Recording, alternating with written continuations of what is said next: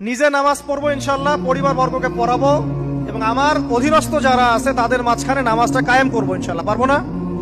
যদি আপনার সন্তান খুব আদরের কলিজার টুকরা হয়, নামাজ কালাম না পড়ে, ওকে মহব্বত করবেন, ছোটবেলা থেকে নামাজের ট্রেনিং দিবেন। 10 বছর বয়স হয়ে গেছে, নামাজ পড়ে না, নবী করিম সাল্লাল্লাহু আলাইহি ওয়াসাল্লাম বলেছেন তাকে পিটাইতে হবে। আল্লাহর নবী মুহাম্মদ সাল্লাল্লাহু আলাইহি ওয়াসাল্লাম কি দয়ালু মানুষ ছিলেন না কঠোর? বলেন। সেই দয়ালু মানুষটা তিনি বলছেন 7 বছর বয়সে সন্তানকে নামাজের আদেশ করবে, আর 10 বছর হয়ে গেছে নামাজ পড়ে না, ওকে পিটাবে। নবী করিম সাল্লাল্লাহু আলাইহি ওয়াসাল্লাম কি এখানে কঠোর হয়ে গেলেন? কেন এত তাকিদটা কেন? কারণ আল্লাহর নবী সাল্লাল্লাহু আলাইহি ওয়াসাল্লাম বলেছেন, মান তারাকা সালাতা মুতাআম্মিদান ফাকাদ কাফার। কেউ যদি ইচ্ছাকৃতভাবে নামাজটা ছেড়ে দেয় বা নামাজ অস্বীকার করে, সে ব্যক্তি কুফরি করলো। কি করলো? কুফরি করলে কেউ মুমিন থাকে? আচ্ছা, এখন দেখেন পরিস্থিতি, দেখেন মুসলিমদের মধ্য থেকে, ব্যক্তি জীবন থেকে নামাজ কিন্তু চলে যাচ্ছে। বেশিরভাগ মানুষ নামাজ পড়ছে না। অতএব প্রথম মেহনত হওয়া কিসের উচিত? একটা হাদিস মনে রাখবেন, যে ব্যক্তি 1 ওয়াক্ত নামাজ ইচ্ছা করে ছেড়ে দিল, নামাজ পড়বো না, আমার পড়লেও হয় না পড়লেও হয়, ফাকাত কাফারা, সে ব্যক্তি কুফরি করলো। আর কুফর শিরকের মধ্যে পার্থক্য নামাজ। আর পাক্কা নামাজি কারা, এটা জানার জন্য আমাদের 2টা সময়ের দিকে খেয়াল রাখতে হবে। কয়টা সময় ভাই? এক ফজর, আর একটা হচ্ছে এশা। এই 2 ওয়াক্তে দেখবেন মসজিদে কারা কারা আসে, তারাই হচ্ছে আল্লাহর জমিনের সবচেয়ে শ্রেষ্ঠ মানুষ। যারা ফজর আর এশার নামাজ জামাতে আদায় করে, এরা নিঃসন্দেহে মুনাফিক না, আলহামদুলিল্লাহ। কারণ আল্লাহর নবী বলেছেন, বলেন সাল্লাল্লাহু আলাইহি ওয়াসাল্লাম, মুনাফিকদের উপরে সবচেয়ে ভারী নামাজ হচ্ছে 2টা। কয়টা? এক হচ্ছে ফজর, আর একটা কি? এশা। তো 5 ওয়াক্ত নামাজ গুরুত্ব দিব, সবচেয়ে বেশি গুরুত্ব দিবেন কিসে? ফজর এবং এশা। এই ফরজ নামাজ যখন আপনি ঠিকঠাক করবেন, এখন মুসলমানের খাতায় নাম আছে।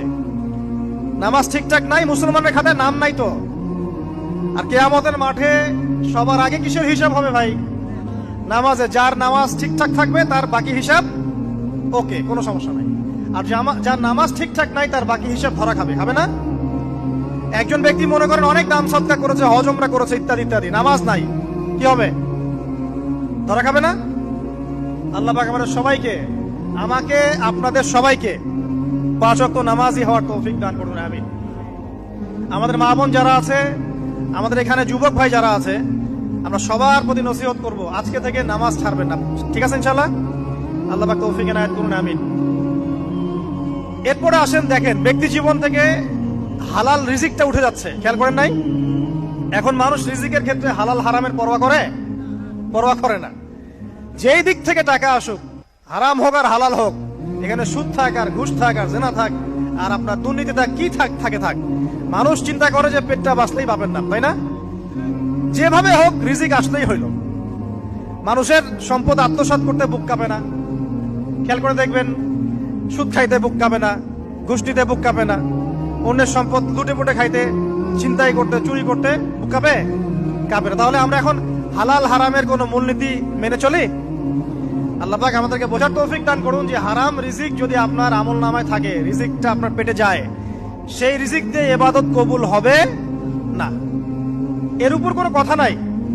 যতই ঘুরাই ফিরাই ব্যাখ্যা করা হোক না কেন, রিজিক যদি হারাম হয়, ইবাদত কবুল হচ্ছে না। দোয়া কবুল হবে? নামাজ কবুল হবে? দান সদকা কবুল হবে? তাহলে ব্যক্তি জীবনে ইবাদত কবুল করানোর জন্য হারাম রিজিক ত্যাগ করার দরকার আছে না ভাই, নাকি নাই? তাহলে এখন থেকে আমরা হালাল খাবো না হারাম খাবো? যদি আপনি অন্যের সম্পদ নিয়ে থাকেন, আজকেই পরিশোধ করে দিবেন। যদি কারো সম্পদ আত্মসাৎ করে থাকেন, দিয়ে দিবেন। যদি ঘুষ নিয়ে থাকেন, ফেরত দিবেন। আপনার বোনের সম্পত্তি আত্মসাৎ করে থাকেন, ফেরত দিতে হবে। রিজিক যতক্ষণ পর্যন্ত হালাল হচ্ছে না, ততক্ষণ পর্যন্ত ইবাদত কবুল হচ্ছে না। আল্লাহ পাক আমাদের সবাইকে বোঝার তৌফিক দান করুন, আমিন। ব্যক্তি জীবনে আরো সমস্যা আছে, দেখেন এখনকার মুসলিম ব্যক্তি জীবন আর পরিবার থেকে পর্দা উঠে যাচ্ছে না, যাচ্ছে না? জিন আর মানুষ, শয়তান, এরা তোমাদেরকে এমন জায়গা থেকে দেখে যেখান থেকে তোমরা ওদেরকে দেখতে পারো না। মানে শয়তান আপনাকে দেখছে। অতএব আদম সন্তানকে আল্লাহ পাক বলছেন, দেখো তোমাদের বাপ মাকে শয়তান কিন্তু জান্নাতে নগ্ন করে দিয়েছিল, দুনিয়াতে তোমরা যাচ্ছ, যাও, এখানে খেয়াল রেখো শয়তান যেন তোমাদেরকে ফিতনায় ফেলতে না পারে। তাহলে এখন আপনিই বলেন, দুনিয়াতে যে বা যারাই আমাদের কাপড় খুলে ফেলার সংস্কৃতি চালু করছে। এটা কার এজেন্ট বলেন? আর এটা কি নতুন কথা? নবী সাল্লাল্লাহু আলাইহি ওয়াসাল্লাম বলেছেন, শেষ জামানায় ছেলেরা মেয়েদের পোশাক পরবে আর মেয়েরা ছেলেদের পোশাক পরবে। হাদিসটা বানিয়ে বললাম? দেখেন, শেষ জামানায় মেয়েরা ছেলেদের পোশাক পরবে আর ছেলেরা মেয়েদের পোশাক পরবে। নবীজি আরো বলেছেন, শেষ জামানায় এমন এক শ্রেণীর মেয়ে আসবে, লা মারাহুমা, আমি ওদেরকে দেখি নাই, নিসাউন কাসিয়াতুন আরিয়া, এমন সব মহিলা যারা কাপড় পরবে কিন্তু নগ্ন থাকবে। ব্যাখ্যা করতে হবে? ব্যাখ্যা করার দরকার আছে? মানুষ কাপড় পরেও কেমন করে নগ্ন থাকতে পারে ব্যাখ্যা করতে হবে? মুমিলাতুন মাইলাত, এরা নিজেরাও অন্যকে আকৃষ্ট করবে, নিজেরাও অন্যের দিকে আকৃষ্ট হবে। ব্যাখ্যা করতে হবে? আল্লাহর রাসূল সাল্লাল্লাহু আলাইহি ওয়াসাল্লাম একটা মূলনীতি দিয়েছেন। আপনি পুরুষ হলে আপনার সতর হবে নাভির উপর থেকে হাঁটুর নিচ পর্যন্ত, ঠিক আছে? এই সতর ঢেকে রাখা আপনার জন্য সবসময় ফরজ। এখন এর উপরে আপনি তাকওয়ার পোশাক পরবেন, ঢিলেঢালা পোশাক পরবেন, লম্বা চওড়া পোশাক পরবেন, যে পোশাক পরলে আপনি শালীনতা আপনার বজায় থাকে, এটা আপনি পুরুষ হিসেবে। এরপর আপনি টুপি, পাগড়ি, জুব্বা, দাড়ি সব রাখবেন, ইসলামিক সুন্নাহ। আর যদি আপনি মেয়ে হয়ে থাকেন, আমার বোন হন, আমার মা হন, আমার খালা, মামি, চাচি যেই হন, আপনাদের জন্য নবী সাল্লাল্লাহু আলাইহি ওয়াসাল্লাম বলেছেন 4টা মূলনীতি ফলো করতে হবে। কয়টা মূলনীতি? 4টা। সংক্ষেপে বলছি। 1, আপনার পোশাক এত আটোসাটো হবে না যাতে আপনার গায়ের কাঠামো বোঝা যায়। দেখাচ্ছি, এই যে আমার হাত কত মোটা কি দেখা যায়? বোঝা যাচ্ছে আমার হাত কত মোটা, আমার মাসেল কত মোটা, বোঝা যাচ্ছে? যদি আমি এরকম পোশাকটা পরতাম, বোঝা যায়? এটা নিষেধ।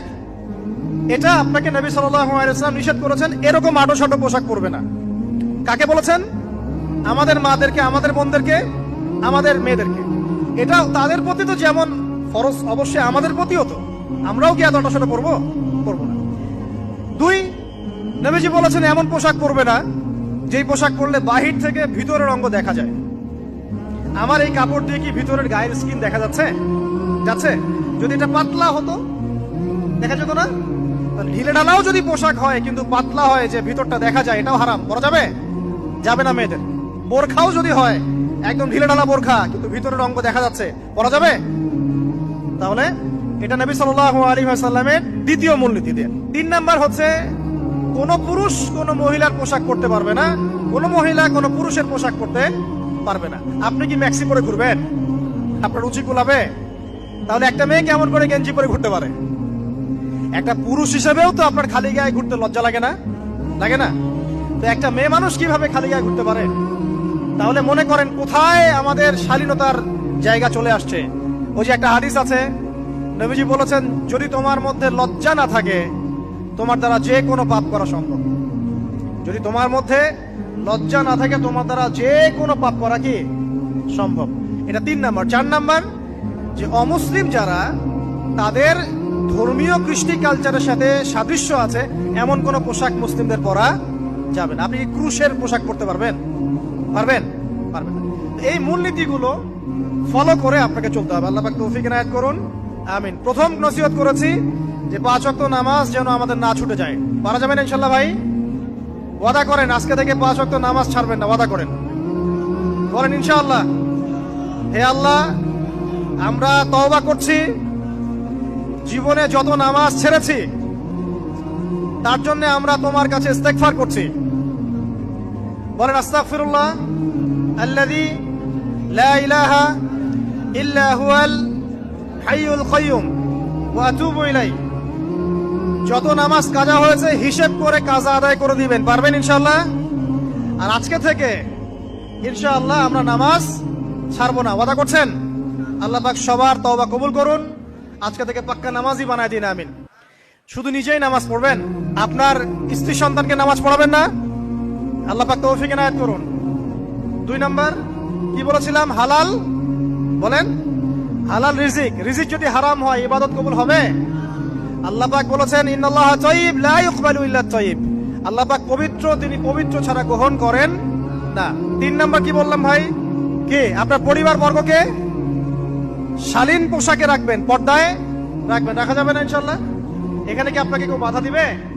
যে যাই বলুক না কেন, সারা দুনিয়ার মানুষ নগ্ন হয়ে ঘুরে ঘুরুক, আপনার পরিবারের কর্তাকে আপনি না? আপনি আপনার পরিবারটাকে ঠিক করার চেষ্টা করুন। আল্লাহ পাক তৌফিক ইনায়াত করুন, আমিন। 4 নম্বর নসিহত, এটা যুবকদের জন্য স্পেশালি এবং যাদের পড়াশোনা করার সামর্থ্য এখন আছে তাদের জন্য। কোরআনুল কারীম তেলাওয়াত করা শিখতে হবে। পারবেন? কারা কারা পারেন? আলহামদুলিল্লাহ।